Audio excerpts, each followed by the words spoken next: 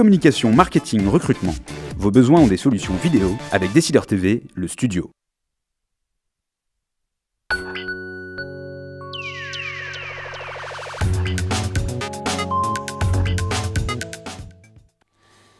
Nous sommes dans une économie de la connaissance. La part de l'immatériel dans celle-ci ne cesse d'augmenter. Comment piloter les actifs immatériels dans l'entreprise? Pour en parler, j'ai le plaisir de recevoir Marie-Pierre Payon. Bonjour Marie-Pierre. Bonjour. Vous êtes la présidente de la SFAF, également directrice de la recherche chez Groupama Asset Management. À vos côtés, on a le président de la commission immatérielle de la SFAF, Alban Essed. Bonjour Alban. Bonjour Thomas. Et vous êtes par ailleurs associé chez Ricol Lasteri Corporate Finance. Alors, on va rentrer tout de suite dans le vif du sujet. Si vous le voulez bien, on commence avec vous Alban. C'est quoi un actif immatériel?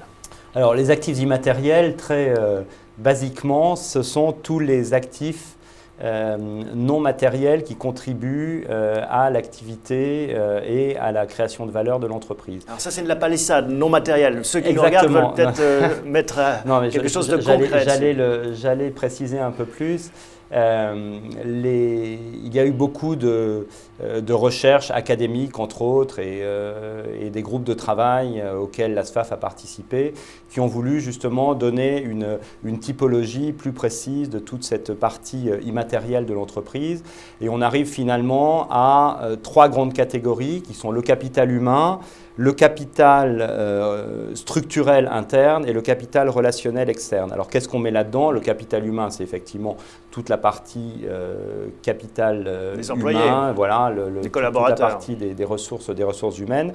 Dans le capital structurel interne, on trouve l'organisation, tout ce qui tient au savoir-faire, à la recherche et développement, à la marque, au système d'information, donc tout ce qui est généré et géré vraiment de manière interne à l'entreprise. Et ensuite, il y a tout le capital relationnel externe dans lequel on va trouver les clients, tous les partenaires au sens large de l'entreprise, les aspects sociétaux, les aspects environnementaux également, et puis un aspect important qui est les actionnaires de l'entreprise. Marie-Pierre, pourquoi est-ce que c'est un enjeu maintenant pour les entreprises de s'intéresser à ces actifs immatériels? Et on a l'impression que c'est un peu comme M. Jourdain, hein, on a toujours eu des actifs immatériels, mais on s'y intéresse un peu plus maintenant. Alors, comme l'a bien décrit Alban, effectivement, ça renvoie à une analyse globale de l'entreprise. Et pour l'entreprise, c'est un enjeu très important parce que c'est finalement aujourd'hui un enjeu de compétitivité. Puisque dans un monde aujourd'hui où il y a la compétition est très forte, il faut pouvoir se différencier.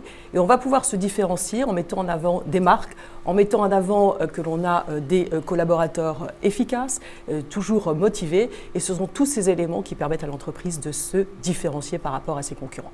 Comment est-ce qu'on cultive, Alban, ce capital immatériel, hein? Comment est-ce qu'on le pilote justement? Alors, il y a deux dimensions dans le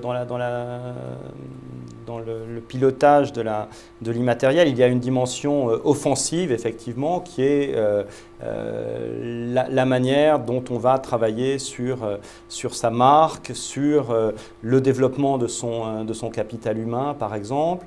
Et puis, une dimension qui est plus une dimension défensive, qui est tout ce qui tient à la propriété intellectuelle, à la manière dont on va protéger ces actifs, aussi bien les brevets que les marques, par exemple. Mais ça va encore plus loin, il y a une notion même de passif, comme il y a une notion d'actif immatériel et une notion de passif immatériel. Alors voilà, absolument, c'est-à-dire qu'on parle beaucoup des actifs immatériels de manière positive, et c'est très bien parce que c'est là que réside la création de valeur de l'entreprise, mais il faut bien être conscient que le fait de ne pas bien gérer ces actifs immatériels ou de les gérer de manière insuffisante peut engendrer des passifs immatériels. On peut le voir par exemple sur une marque qui n'est pas suffisamment entretenue ou une politique de ressources humaines par exemple qui ne permet pas aux employés de se développer suffisamment et qui va derrière générer des problèmes en termes de turnover.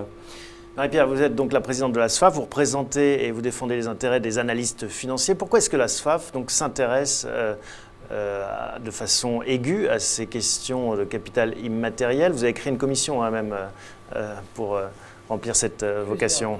Alors, la SFAF a toujours été très précise sur tout ce qui est analyse des fondamentaux de l'entreprise. C'est vraiment le bien fondé même de la SFAF. C'est-à-dire les chiffres, vraiment, les équations, les ratios de valorisation. L'analyse fondamentale, c'est très global. Ça veut dire qu'il faut d'abord, en premier lieu, ne pas oublier de mettre un point sur l'analyse de la stratégie de l'entreprise.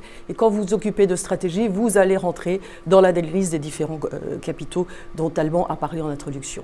Donc pour nous, véritablement, ce que l'on veut mettre en avant, c'est que si l'on veut bien analyser et bien valoriser en entreprise, il ne faut pas simplement rester sur une analyse financière, des comptes, donc, mais il faut aller voir ce qu'il y a également autour des comptes et qui font véritablement la richesse de l'entreprise et sa création de valeur globale.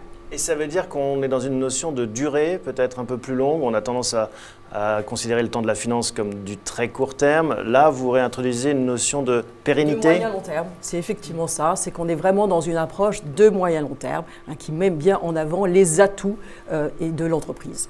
Et donc, vous le disiez, nous avons une commission immatérielle, donc que préside Alban, mais nous avons également une commission développement durable. Et c'est là où je voudrais faire le lien entre l'approche immatérielle et l'approche dite ESG, ou dite aussi extra-financière. Alors ESG, on précise, c'est pour environnement, social, sociétal et gouvernance.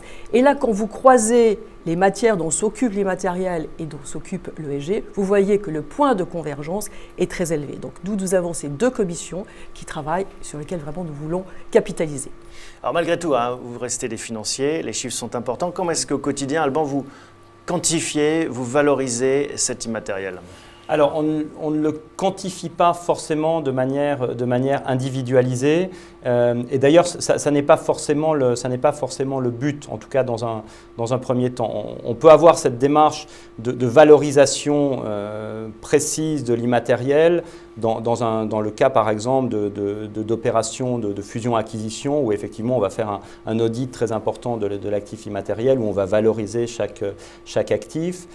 Pour un analyste financier sell-side ou buy-side d'ailleurs, l'analyse de l'immatériel, elle se situe plus dans l'analyse de la création de valeur globale de l'entreprise. Et d'ailleurs, c'était un des principes au départ de la Fédération européenne des analystes financiers, dont la SFAF fait partie et aux travaux de laquelle nous travaillons de manière active. Dans les principes qui avaient été édictés au départ de l'étude de l'immatériel par les FAS, on avait bien dit que l'analyse de l'immatériel devait toujours se situer dans l'analyse de la création de valeur globale. Alors Marie-Pierre, le dernier point, c'est que pour mieux travailler avec les entreprises, pour mieux valoriser ces actifs immatériels, il faut que les entreprises communiquent davantage sur ces questions. Comment est-ce qu'on peut améliorer justement ce dialogue entre les analystes d'un côté et puis les entreprises de l'autre sur ces capital immatériel ? Alors, parce qu'effectivement, je crois que l'objectif qui vient d'être soulevé par Alban, c'est que nous sommes toujours dans une matière très qualitative. Il faut surtout qu'on arrive à définir finalement un référentiel commun pour qu'on puisse dialoguer ensemble.